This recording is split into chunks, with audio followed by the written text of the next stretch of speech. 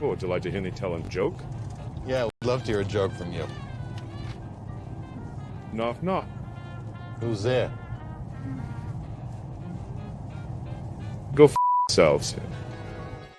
What is up, guys? Tyson Dela Cruz here. Thank you so much for rocking with me. We got beef from Elon and Mark Cuban. It's been going on for a while. Mark Cuban absolutely got roasted today on CNBC talking about the unrealized capital gains, and the anchor actually calls him out. We're going to dive into that and much more. Shout out to everybody watching. Drop your comments down below. Smash the like button. Really appreciate it. Let's jump into this video here. There's a whole bunch of folks in the Valley who I've been in touch with in the past week on this unrealized tax issue, gain issue, and where we've talked about, those who are taking loans against their unrealized stock, et cetera, et cetera. And then they say, well, if you start to tax that, we won't be able to make investments in startups. We won't be able to give money over to venture capitalists and private equity folks and other things like that. What's your feedback to that distinction? Because I wonder, once there's a critique of one, then of one policy, and you get rid of that policy, then of course it moves to the critique of the next version of it.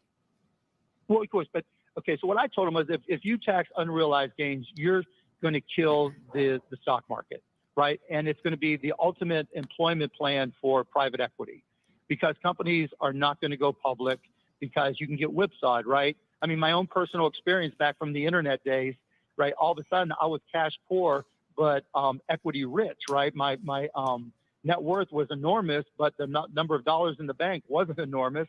And so I'd have, based off of the unrealized gains, I would have had to borrow money, and I effectively would have been in hock just to pay my tax bill instead of trying to run my company, and 1,000 other reasons, right? So they realize that's the issue.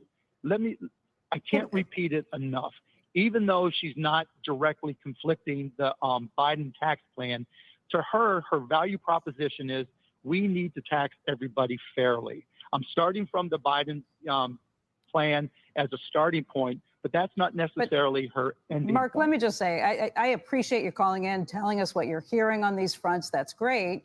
But as you've said yourself, you can't speak for the vice president. These are things they're telling you. Who knows what they're telling other people? My guess is they're telling anybody who's donating to them exactly what they want to hear at this point. What matters is... And that is what they're doing. That is what they're doing. They're telling all their donors whatever they want to hear so they can get the money. And then who knows what they're going to do. There's still no policies on the website for Kamala Harris. There's nothing. There's nothing. Listen to Mark Cuban's rebuttal for this. This anchor does a phenomenal job at calling Mark Cuban out, and he absolutely gets roasted here. And telling us what you're hearing on these fronts. That's great. To tax everybody fairly. I'm starting from the Biden plan as a starting point, but that's not necessarily her ending Mark, point. let me just say, I appreciate you calling in, telling us what you're hearing on these fronts. That's great. But as you've said yourself, you can't speak for the vice president. These are things they're telling you. Who knows what they're telling other people? My guess is they're telling anybody who's donating to them exactly what they want to hear at this point. What matters is what they say publicly and what they will stick to. No, absolutely, positively not. Right. Let me just be very I don't know. clear. Like, why do you think that they're telling you the truth and not telling other people other things? Well, if they won't say it publicly, say it publicly. Tell all of us so that we can hold you to it. I get it, but you've got to get the details right. You can't just... Yeah, but we have 60 days till an election. Like, you're asking people to take a flyer. Even if it's the day before the election, right? Even if it's the day before. Look, the next question is, the second thing I was going to mention earlier. I just don't want everybody to trade on what we think and what we feel and what we think may happen. Exactly. Just tell us. Exactly. You don't base trading off of what you think and what you feel. You just don't. Granted, in regards to real estate, it is a lot of speculatory regarding the market and things like that. But unrealized capital gains will not only hurt the wealthy, it's also going to hurt anybody who's looking to purchase assets, stocks, 401k, any of that. Unrealized gains is basically and they've been saying that, oh, it's like property tax. It's not like property tax, because property tax is based and it doesn't appreciate as quickly as stocks or real estate. Real estate appreciation can happen 6 months, 12 months. And imagine being taxed on those things. Imagine being taxed on those things without actually having the cash to do it. You normally get taxed on those things when you sell the asset or stock. And this is absolutely hilarious. He goes, no, no, no, no, no, no, no, no. And she's like, hey, listen, if they're telling you that, do you think that she's just telling you that and you're the only one with the insider information? Come on, Mark Cuban, you're smarter than that. I don't know what happened to Mark Cuban. We're going to jump into a couple other videos, but I don't know what happened. He was for Donald Trump back in 2015, 14. And I don't know. I don't know what happened. I honestly don't know what happened to him. I think he's brainwashed. He's brainwashed. This is absolutely hilarious. Tax plan. To her value, we need to tax from the starting point. Again, telling us what you're hearing on these fronts, that's great. But as you've said yourself, you can't speak for the vice president. These are things they're telling you. Who knows what they're telling other people? My guess is exactly. They're not telling the people. They're not telling the general folks on exactly what is going on. I'm going to jump into this real quick because Mark Cuban absolutely got roasted on Twitter a couple days ago. This was on Twitter.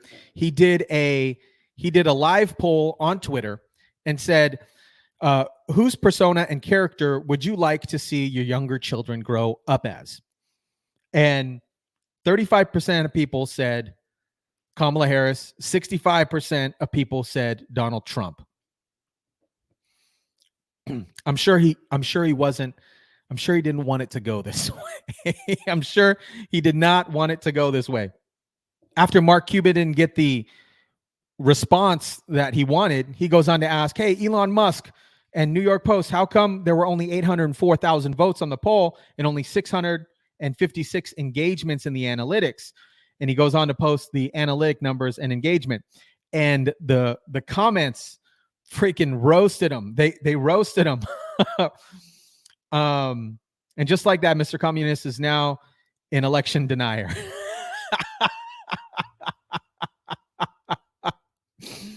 Mark Cuban is a threat to democracy. Am I doing this right? Question mark by Colin Ruggs. Engagement are people opening tweet itself, scrolling in replies are threads under it. Voting on a poll doesn't require a person to open, quote unquote, engage with the tweet. This one's hilarious right here by Ashley St. Clair. Are you questioning the results of a free and fair election, Mark?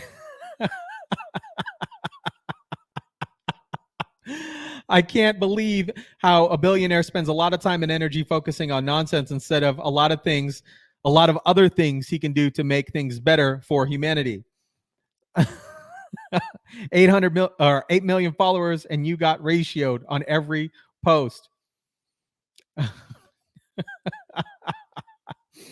And this is what the panel on the PBD podcast, shout out to PBD and the panel on the PBD podcast had to say about Mark Cuban.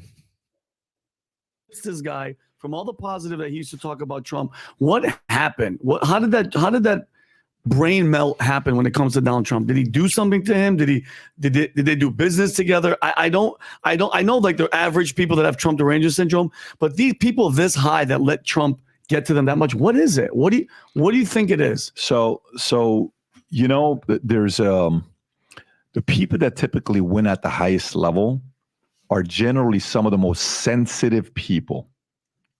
And I know it kind of sounds weird, like, wait, what? Don't they like not give a shit? They're generally some of the most sensitive people. That includes Musk, that includes Trump, that includes a lot of people. So that includes Michael. It's not sensitive in the way that you think of sensitive. It's Mark Cuban, when Trump was running, started campaigning as if he wanted a job on Trump's campaign and Trump's team. Okay. That's what he sounded like. And one time somebody asked him a question about Cuban. I don't know who asked him a question about Mark Cuban. And Trump didn't say anything bad about Mark Cuban. This was early on in 15, 16. And Trump's answer was like, look, he's a good businessman. He's done very well for himself. He didn't say anything at the time. Okay. He was just very much, could have been Fallon or Kimmel, one of those two types of guys asked him the question. Okay. So there are a lot of things you don't know about. Maybe they had a conversation behind closed doors. They negotiated. Trump made a promise to him and he didn't keep. Maybe there was a job offer that he made. He didn't want to do it. And he gave it to somebody else because whatever Cuban was going to work to raise money for him and didn't do it, and whatever Trump. So Trump's also like the same way as well. And Trump can change his mind like this for a job. Something personal is happening here because there seems to be a permanent vendetta. I think it was on Bill Maher's show. Then in 2015, he's like, look, an outsider like Trump, he's, we kind of need something like that. Said those words. And he goes, well, obviously he's got zero chance of winning, no chance whatsoever. So he obviously had to eat those words. And now that he's just gone down the path of whether you call it TDS, whether you call it a personal vendetta, it seems to be clear on one thing. His mind is made up. He's not looking to deviate from that. He's dug in. He's clinging to that. And when you're clinging to a position, you give zero wiggle room to be like, well, maybe this, that, the other. He's gone fully down the DEI path. He's gone fully down the ESG path. And he's just made his mind up. And he's just doubling down on that. Because at what point can you make a U-turn and save face? I don't think that's going to happen with this guy. So, and then, I don't know, this might be somewhat controversial. I actually don't put a lot of credence into that specific Twitter poll. Because if you look at any poll out there in the world in general, it's all within the margin of error of 2 to 5%, depending on who you ask. So if you have such a wide delta of, what was it, 70-30, whatever it was, 70-30. There's zero polls that show that there's this much, even in the economy. Like, why would the economy be even close, Trump to Kamala? It's still only 10 points, whatever it is. Nuts. So this poll, and then, there are stats out there that it's show. It's just funny. You're right. Exactly. It's just funny is what it is. Yes. Honestly, that's really all it's more it about is. Mark Cuban recognizing, hey, bro, Twitter is not going to be your friend on this. Yeah. Twitter has gone a little bit more free speech towards the right, and it's not exactly his audience. By the way, just so you know, Trump and Cuban have a lot in common. Yeah. They have a lot in common. But one is winning, the other one's losing. You're right. You're right about that. And one everyone's talking about, and everyone wants to be like you. The other side is like the people that are following Mark's lead are very different types of people. And sometimes, I'm telling you, sometimes you go into a message and you'll follow the message. You're like, yeah. And you're getting a positive reaction. Oh, that was great. Yeah. And so, yeah.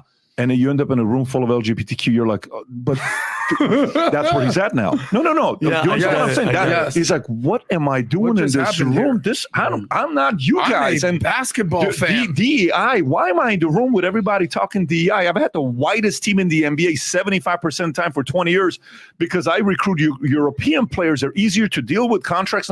What am I doing? Those guys are team players, and Dirk was willing to take less money to have other people coming in. How did I end up in this room? It's because the mob recruited you over, and it took years for you to realize you're now so in, you can't leave now.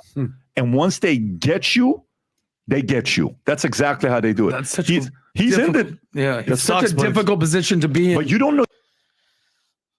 When you can, what's the whole thing? When you're in a hole, stop digging. Yep. He's just piling it on. Yep. It's like, stop, listen, Mark. One is winning, the other is losing.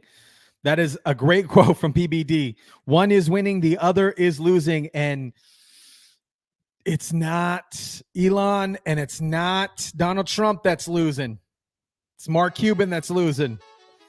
What do you guys think happened to Mark Cuban? What is going on with him? He's in so deep. He can't dig himself out. Let me know your thoughts. Drop your comments down below. Smash the like button, share, subscribe. And as always, I'll catch you guys on the next one.